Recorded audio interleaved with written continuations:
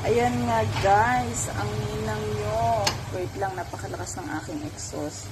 Ayan, nagluluto ng pandagdag ng ating magandang ano yan, kalusugan. Ayan. Ginisang ampalaya, alam nyo na yan.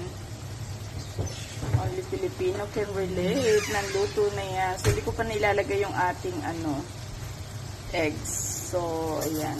Maya update ko kayo later, guys.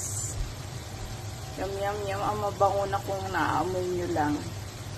Ayan, ilagay ko na nga yung eggs natin. So, mamaya natin ihaluin ng konti. Ayan.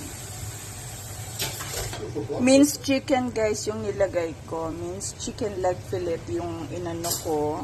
Para hindi masyadong dry naman yung karning manok natin. So, ayan guys. Ang aking ampalayakon chicken with egg. Thank you for watching, guys.